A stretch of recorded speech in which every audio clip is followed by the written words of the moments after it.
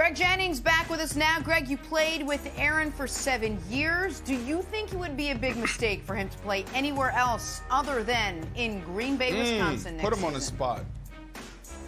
Put him on the spot. Yeah, I don't. This is tough. And the reason, I'll start off with this: if they are willing to re-sign Corey Linsley, re-sign Aaron Jones, and bring back the pieces that made that team so special this year, and kind of keep that nucleus and assure Aaron Rodgers that he will have another opportunity to at least compete for a championship without starting over, then yes, I think he stays. I think he has to stay, because you would look at the landscape of the National Football League and say, where is the grass going to be greener? Where is there going to be a better opportunity that they will send you to? That's the key, that they would be willing to send you to in a trade. And I don't know if there would be a better place outside of Green Bay. And so with that, and it's not like, and I hear these reports, but sitting down with Aaron Rodgers and Matt LaFleur and this team all year, I don't see that there's that big of a rift. Now, here's the caveat. Yes, when you lose, it goes all the way back to what happened and what didn't happen. And what happened was they drafted Jordan Love. They didn't get him additional pieces. And that becomes the big focal point when you lose. When it doesn't work out, everybody goes back to what could have been, what should have been. And then when you look at, again, teams that are in the Super Bowl, let's just look at these two teams, nobody else. You look at the Tampa Bay Buccaneers. They were willing to do whatever it took to improve that roster, to ensure that their quarterback had every potential piece that he desired so that it would make him better. Then you look at the Kansas City Chiefs. They were willing to do the same. They didn't even need anything else. We could argue they didn't need more pieces, but they go get Le'Veon Bell just in case, to add a little bit more depth, to add a pass-catching running back out of the backfield, to ensure the more talent. But you look at the Green Bay Packers and their lack of willingness to just surround Aaron Rodgers with guys.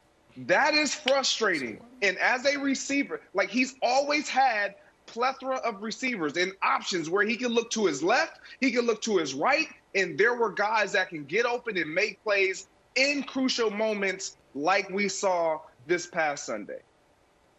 Greg, I think those are all good points, and I think it's a good discussion, but I sense some subterfuge here. I think I know what's happening. This is not that different than if NBA Countdown were to leak to the press.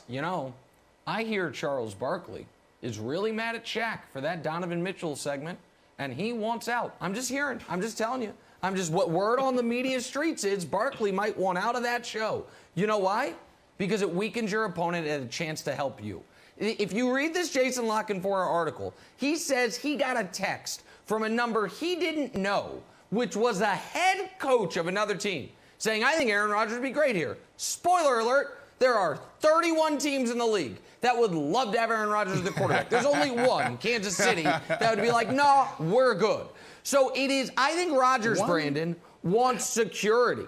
I think Rodgers wants to know they are not going to move on from him for Jordan Love, not this offseason, but in future offseasons. I don't think he's trying to get out of town, because where are they trading him? He wants to go play for the Jets? That's what he wants? I know you love the Jets. I know you would be like, yeah, that'd be great. It wouldn't be great. It would be terrible. Devontae Adams scored 18 touchdowns. Aaron Rodgers is about to win a semi-fraudulent MVP. I don't think, Brandon, he wants out. I don't think he wants out, Brandon. San Francisco. They're not trading him the Rams. Okay, go ahead. They won't do it. Nick, will you stop this? We had the same discussion with James Harden in Houston. If he wants out, he'll get out. And he'll go wherever he wants. We said the same thing. Do you think he wants out? I think this is 100% true because of everything that Greg said. Greg, you didn't want to go out there. You should have basically said he should leave.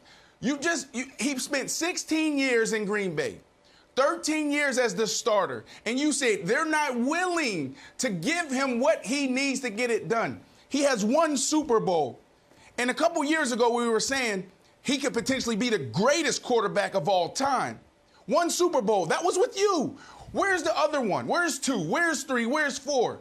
When you're a great quarterback, Greg, you know that. You have multiple rings on your hand. So for that reason, Greg, I think this is real. He's looking at it like, you know what? Tom Brady did it. Tom Brady went to Tampa, found a great situation, and then now he's in the Super Bowl. I think he's really looking at this and looking at the options out there. And I truly believe San Francisco will be a great spot. I think the Rams will be a great spot. I don't know how they get it done. Nick is the resident GM. He can tell you about the cap. He can tell you about all the trade pieces. Yeah. But I think he should be looking at this and considering it.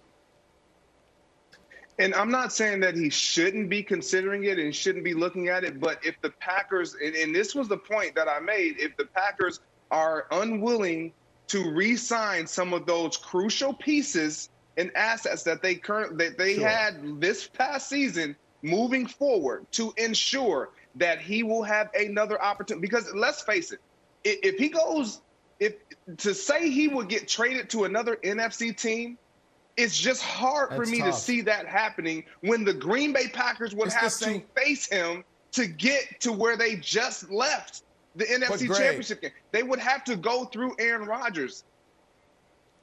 But, Greg, it's the same story. Those guys that you want him to re-sign is homegrown. That's what you guys have done for 30, 40 years. We draft Greg Jennings. Greg Jennings is going to lead us to the Super Bowl, right? But what happened in the time that y'all won the Super Bowl, where y'all kind of went outside the box? Who'd y'all go get a couple years before? Charles Woodson.